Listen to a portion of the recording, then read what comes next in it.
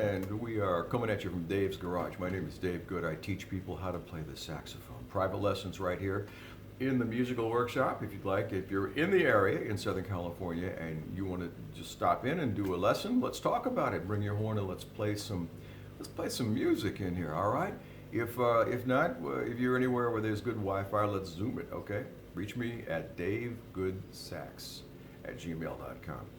Now this is part of the continuing series on alternate fingerings suggested by one of you, and I wanted to hit upon D today. Not low D, not so much high D, palm key D, but middle D. Middle D is a note that all of you know has got sounds like it's got every saxophone. It sounds like there's hair growing in the like somehow it's the mushiest, most muffled sound that your saxophone makes, and all of them do that. Lord knows why. I don't, but design flaw, I suppose. But anyway, I do long tones on D all the time. Middle D.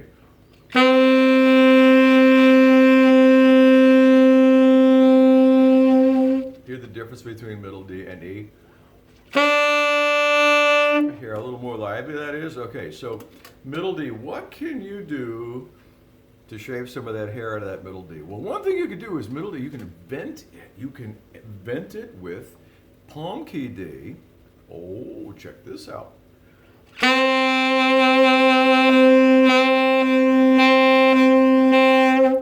Or you can not use the octave key altogether and substitute palm key D for the octave key.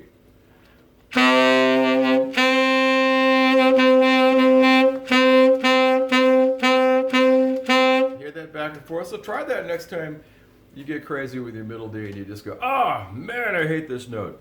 Try either using palm key D for the octave key, which is kind of tricky if you're moving around real quickly. But of course, if you're moving around fast, nobody hears it. And here's another one. If you're moving around fast on the horn, you can bypass middle D altogether and just play a palm key D.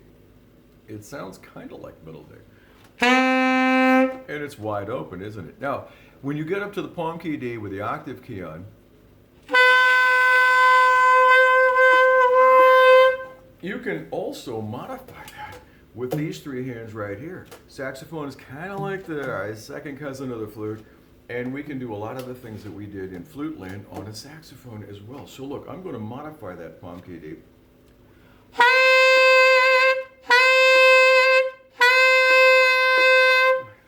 I should stand up so you can see. You can't see.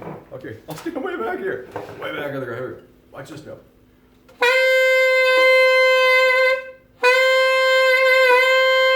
All right, hear that? It changes it a little bit. There's a little bit of a change in intonation, but there's also a change in texture. Why is that? Well, we're forcing more of the sound down through the brass, and blah, blah, blah, and the physics of all that. Well, I don't want to bore you to death, but try those options out. Alternate fingerings for your middle D, and see if you can make that just liven up just a little bit. And then again, of course, long tones, long tones, long tones. Like I said, every day. For how many years now? I don't know.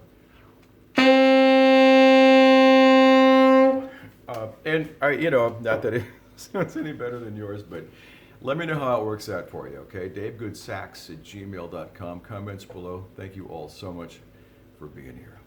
See you again here in the garage.